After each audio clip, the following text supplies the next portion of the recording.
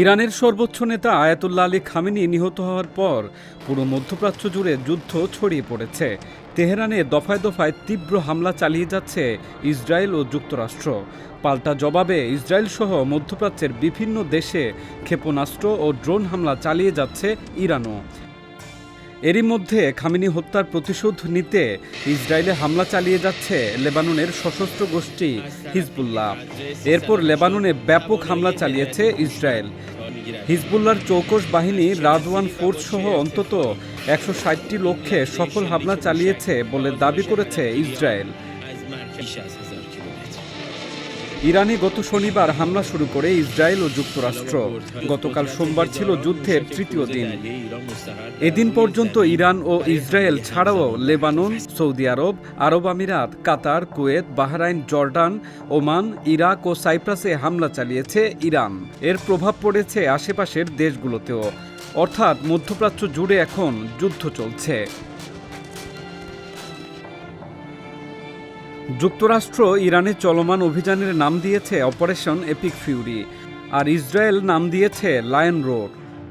শনিবার থেকে গতকাল পর্যন্ত ইরানের 131টি শহরে হামলা চালিয়েছে ইসরায়েল ও যুক্তরাষ্ট্র।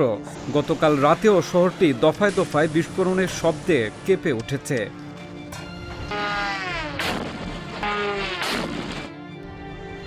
অন্যদিকে ইরান মূলত মধ্যপ্রাচ্যে মার্কিন ঘাঁটি থাকা দেশগুলোতে হামলা জোরদার করেছে।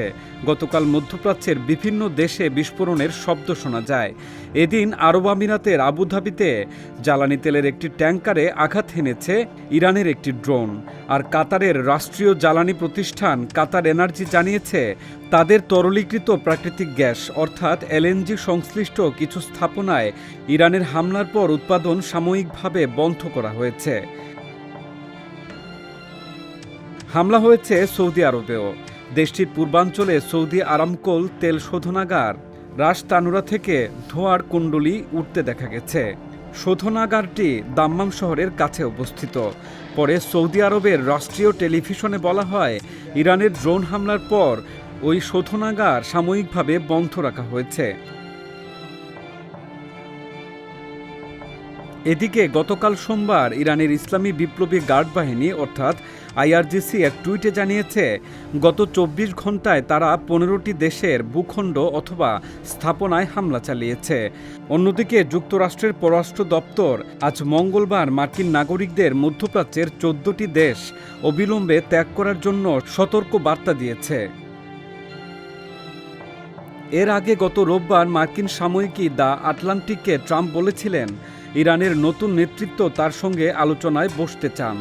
তবে গতকাল সোমবার ইরানের শীর্ষস্থানীয় কর্মকর্তা আলী লারিজানি বলেছেন যুক্তরাষ্ট্রের সঙ্গে কোনো আলোচনা নয়। এদিকে আজ মঙ্গলবার নিজের সামাজিক যোগাযোগ মাধ্যম ট্রুথ সোশ্যালে দেওয়া এক পোস্টে ইরান আলোচনার চেষ্টা করছে উল্লেখ করে মার্কিন প্রেসিডেন্ট ডোনাল্ড ট্রাম্প বলেছেন খুব দেরি হয়ে গেছে।